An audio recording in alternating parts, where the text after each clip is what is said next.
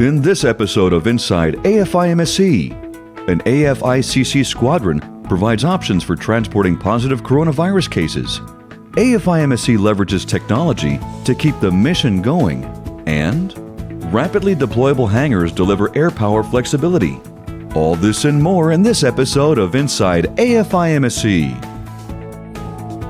With military medical professionals around the world tackling the COVID-19 pandemic head-on, the Air Force Installation Contracting Center's 763rd Specialized Contracting Squadron recently demonstrated mission-focused agility that will allow medical teams and air crews to safely transport sick patients.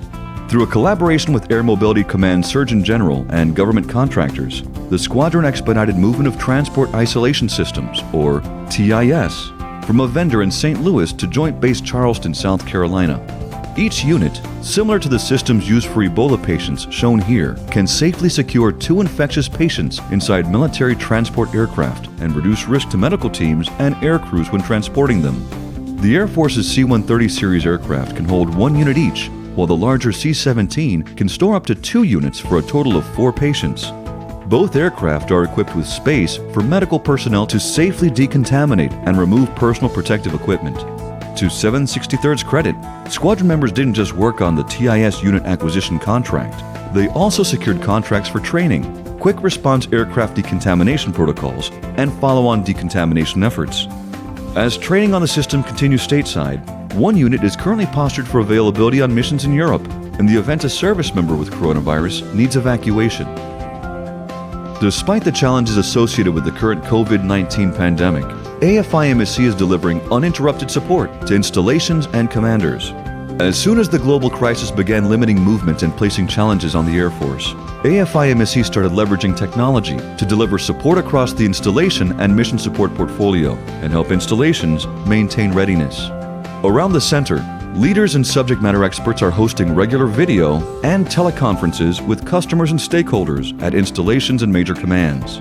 Leaders have also turned to social media to host virtual town halls and stay connected with the workforce and stakeholders. Technology is also helping AFIMSC keep environmental remediation work on track. Instead of canceling a Restoration Advisory Board meeting in Michigan due to travel restrictions and distancing mandates, the Air Force Civil Engineers Center team will hold a virtual meeting April 15th, something never done for an Air Force RAB. An innovation from the AFICC lab at Tyndall Air Force Base in Florida will help the Air Force protect air power from anywhere on the globe. The rapidly deployable aircraft hangar can be assembled by a small crew of airmen anywhere in the world in just 10 days with relatively small amount of resources. Requiring only a forklift and minimal tools for assembly, the innovative hangar comes as a pre-engineered metal building kit and is large enough to house fighter aircraft and durable enough to stand up to Mother Nature's ultimate test, a Category 5 hurricane. The project proved its durability and resiliency in 2018 when a hangar at Tyndall sustained only minor damage during Hurricane Michael's 160-mile-an-hour winds. And lastly, new guidance this week requires everybody in Department of Defense property, installations, and facilities to wear cloth face coverings when they cannot maintain 6 feet of social distance in public areas or work centers. Any cloth items worn as face coverings should be functional, cleaned, and maintained in compliance with current Air Force instructions and should cover the mouth and nose. For CDC guidance on proper wear and instructions for making face coverings using household items, follow the link on the screen. And that's what's happening in this episode of Inside AFIMSC. For more news and information, connect with us on Facebook or go to our website at www.afimsc.af.mil.